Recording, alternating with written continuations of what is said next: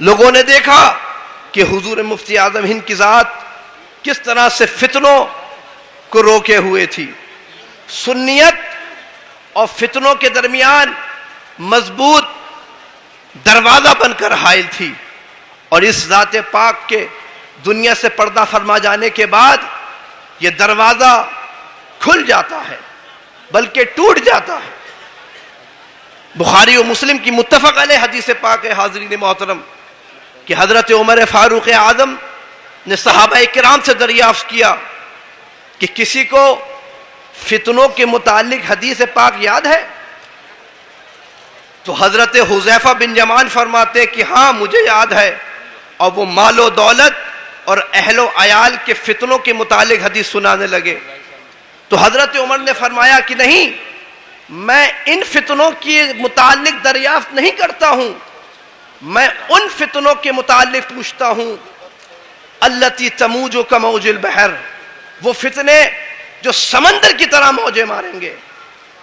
تو حضرت حذیفہ نے فرمایا کہ اے امیر المومنین، آپ کو اور اس سے کیا؟ یہ راز و نیاز کی باتیں اور اشاروں کنایوں میں فرماتے ہیں کہ آپ کو اس سے کیا، آپ کے اور اس کے درمیان تو ایک مضبوط دروازہ بند ہے۔ تو حضرت عمر نے پوچھا کہ وہ دروازہ ٹوٹ جائے گا یا کھلے گا؟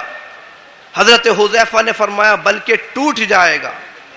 حضرت عمر فرماتے ہیں کہ جب تو پھر کبھی بند نہیں ہو سکتا، دروازہ اگر کھول دیا جائے تو بند کیا جا سکتا ہے، مگر اگر دروازہ ٹوٹ جائے تو کبھی نہیں بند ہو سکتا۔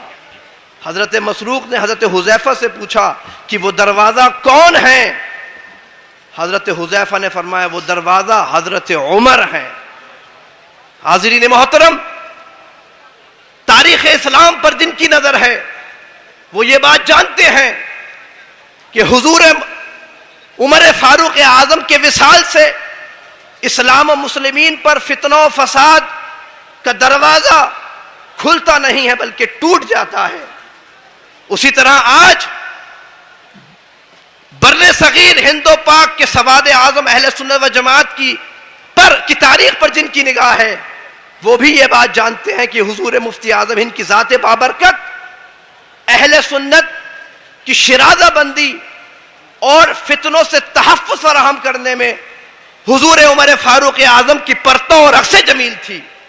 جس طرح عمر فاروق اعظم کے وصال سے اسلام میں فتنوں و فساد اور اختلاف و انتشار کا دروازہ کھلتا نہیں ہے بلکہ ٹوٹ جاتا ہے، اسی طرح بر صغیر ہند و پاک میں حضور مفتی اعظم ہند کے وصال سے اہل سنت و جماعت میں اختلاف و انتشار کا دروازہ کھلتا نہیں ہے بلکہ ٹوٹ جاتا ہے۔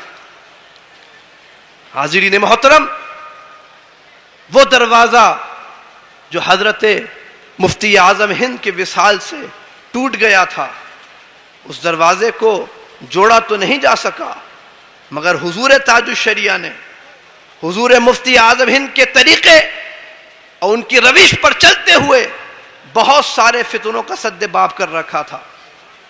حضور تاج الشریعہ کی ذات بھی مفتی اعظم کی روش اور مفتی اعظم کے طریقے پر قائم رہتے ہوئے بہت سارے فتنوں کے لیے ایک مضبوط دروازہ بنی ہوئی تھی۔ بے شک بے شک، سبحان۔ اور آج حضور تاج الشریعہ کی وصال کے بعد ایسا محسوس ہوتا ہے کہ وہ دروازہ پھر سے کھلنا چاہ رہا ہے۔ حاضرین محترم، اگر آج بھی ہمیں اس فتنہ و فساد کے دروازے کو بند کرنا ہے تو حضور تاج الشریعہ کی طرح حضور مفتی اعظم ہند کی روش اور ان کے طریقے کو اپنانے کی ضرورت ہے۔ بے شک بے شک۔ اے رضویوں، مفتی اعظم ہند کے طریقے اور مفتی اعظم ہند کی روش کو نہ چھوڑنا مفتی اعظم کی بہت بڑی شان ہے، مفتی اعظم کی بہت عظیم شان ہے۔ ارے تاج الشریعہ مفتی اعظم کے طریقے اور روش پر قائم رہے تو عالم یہ تھا کہ محفل انجم میں اختر دوسرا ملتا نہیں۔ حضور تاج الشریعہ نے مفتی اعظم کے نقوش راہ کو حرز جا بنایا تو عالم یہ تھا کہ نگاہ مفتی اعظم کی ہے یہ جلوہ گری، چمک رہا ہے جو اختر ہزار آنکھوں میں۔ بے شک حضور سبحان تاج اللہ الشریعہ سبحان نے اللہ۔ مفتی اعظم کے طریقے اور روش اور ان کے اسلوب کو اپنایا تو عالم یہ تھا کہ جناب مفتی اعظم کے فیضان تجلی سے شبستان رضا میں خیر سے اختر رضا تم ہو۔ بے شک سبحان حضور اللہ۔ تاج الشریعہ نے حاضرین محترم ہمیشہ حضور مفتی اعظم کے طریقے اور حضور مفتی اعظم ہند کی روش کو اپنانے کی دعوت دی، اور آج بھی اگر ہمیں ان فتنوں اور فساد، آزمائشوں اور اختلاف و انتشار کا سامنا کرنا ہے تو حضور تاج الشریعہ کے طریقے اور حضور مفتی اعظم ہند کے طریقے اور روش کو اپنانے کی ضرورت ہے۔ بے شک اور اگر یہ نہیں کیا گیا تو میں خدا کی قسم کھا کے یہ بات عرض کرتا ہوں کہ اہل سنت و جماعت میں اختلاف و انتشار اور فتنہ و فساد کے وہ دن بھی دیکھنے کو ملے پڑیں گے کہ آج کے اختلاف اور آج کے فتنے ان کے آگے ہیچ نظر آئیں گے۔ ارے تاج الشریعہ کی طرح روش مفتی اعظم پر چل کر ہی اور طریق مفتی اعظم پر قائم رہ کر ہی لامرکزیت کا خاتمہ اور فتنہ و فساد کا انسداد کیا جا سکتا ہے، ورنہ یہ دور لامرکزیت اور دورہ فتنہ و فساد کا خاتمہ کسی طرح ممکن نہیں۔ علامہ ڈاکٹر اقبال کا یہ شعر بار بار میری زبان پر آ جاتا ہے کہ طریق مصطفیٰ کو چھوڑنا ہے وجہ بربادی۔ بے شک غور سے سنیں، طریق مصطفیٰ کو چھوڑنا ہے وجہ بربادی، اسی سے دنیا میں ہوئی قوم بے اقتدار اپنی۔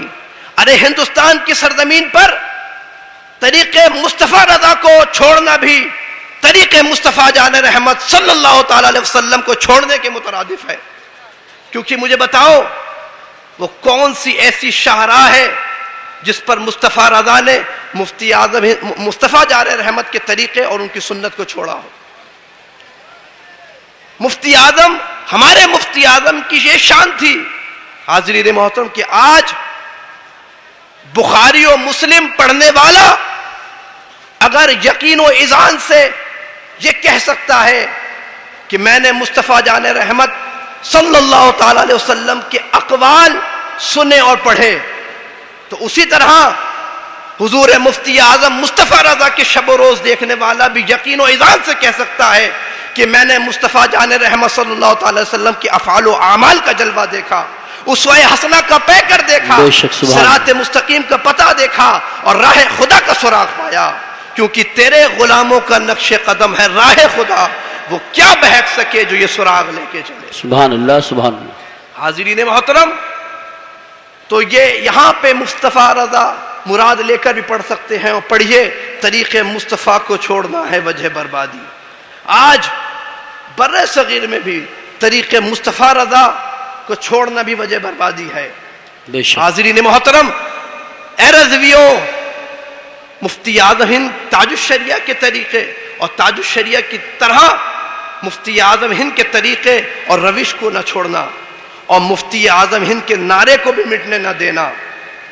اے ازہری دیوانوں اور اے تاج الشریعہ کے چاہنے ماننے والوں، جس طرح اپنے مرشد حضور تاج الشریعہ کی زندہ بادی کے نعرے لگاتے ہو، جس طرح بستی بستی قریہ قریہ تاج الشریعہ کے نعرے لگاتے ہو، وہیں پر تمہاری یہ بھی ذمہ داری ہے کہ اپنے دادا مرشد حضور مفتی اعظم ہند کا بھی نعرہ لگایا کرو، بے شک بے شک، اور فیضان مفتی اعظم ہند کی بھی زندہ بادی کا نعرہ لگایا کرو۔ زندہ باد۔ ارے مفتی اعظم کو نہ چھوڑنا، یہ ساری برکت، یہ ساری بہار اور یہ سارا فیضان بے شک حضور بے مفتی اعظم ہند کا صدقہ، بے شک بے شک، حق ہے۔ یہ مفتی اعظم ہند کی فیضان تجلی کا ہی نتیجہ ہے، بے شک۔ یہ نگاہ مفتی اعظم ہند کی جلوہ گری ہی کا نتیجہ ہے کہ چمک رہا ہے جو اختر ہزار آنکھوں میں۔ بے شک سبحان۔ ارے رضویوں، رضویت مفتی اعظم کی روش کو چھوڑنے کا نام نہیں، رضویت افراط و تفرید کرنے کا نام نہیں، رضویت نہ مفتی اعظم ہند کے نام پر شریعت مطہرہ کی خلاف ورزی کرنے کا نام ہے، رضویت نہ مفتی اعظم ہند کے نام پر شریعت مطہرہ کی دھجیاں اڑانے کا نام ہے، اور نہ مسلک اعلی حضرت کے نام پر غنڈہ گردی کرنے کا نام ہے۔ رضویت جہالت اور حماقت کا نام نہیں، رضویت میں بڑا تو چھوٹا کرنے کا نام نہیں۔ حاضرین محترم، رضویت غیر ضروری اور غیر مہم مسائل میں نہ الجھنے کا نام ہے اور نہ فروعی مسائل کو اصولی بنانے کا نام ہے۔ رضویت علم و تحقیق کا نام ہے۔ رضویت اعلیٰ حضرت کے اقوال پر عمل پیرا ہونے کا نام ہے۔ رضویت حجت الاسلام و مفتی اعظم کے ارشادات کو حرز جاں بنانے کا نام ہے۔ رضویت حضور تاج الشریعہ کے حکیمانہ اقوال کی روح کو سمجھنے اور اس کی گہرائیوں میں اترنے کا نام ہے۔ رضویت مارہرہ مطہرہ کے سادات کی غلامی کا نام ہے۔ ارے رضویت عشق و محبت کا نام ہے۔ بے شک، سبحان اللہ۔ حضرین محترم، رضویت تفقہ اور فہم دین کا نام ہے۔ حضور سرکار اعلی حضرت کے دادا علامہ مفتی رضا علی خان رحمۃ اللہ تعالی علیہ نے جس کی داغ بیل ڈالی تھی، اس فقہ و افتاء کی خدمت کرنے کا نام رضویت ہے۔ بے شک۔ قدوۃ الواصلین علامہ مفتی رضا علی خان رحمۃ اللہ تعالی علیہ نے، جد امجد اعلی حضرت نے سن 1246 ہجری میں خدمت فقہ و افتاء اور خدمت علم دین کی کھیتی بوئی تھی۔ حاضرین محترم، اور آج ہم سب اسی کھیت کے گیہوں کے آٹے کی پکی ہوئی روٹیاں کھا رہے ہیں۔ علماء کرام سنیں، فقہاء کرام نے علم فقہ کے مراتب اور فقہاء کرام کے سلسلۃ الذہب کو استعارے کی زبان میں یوں بیان فرمایا تھا کہ حضرت عبداللہ ابن مسعود نے علم فقہ کی کھیتی بوئی، حضرت علقمہ نے اسے سیراب کیا، حضرت ابراہیم نخعی نے اسے کاٹا، حضرت حماد بن ابی سلیمان نے بالیوں سے دانے نکالے، امام اعظم ابو حنیفہ نے اس آٹے کو پیسا، امام ابو یوسف نے آٹا گوندھا، امام محمد نے روٹیاں پکائیں، اور آج ہم سب انہی کی پکائی ہوئی روٹیاں کھا رہے ہیں۔ سارے مفتیان کرام، سارے فقہ انہی کی پکائی ہوئی روٹیاں کھا رہے ہیں۔ یہ فقہاء کرام کے سلسلۃ الذہب کو بیان کیا۔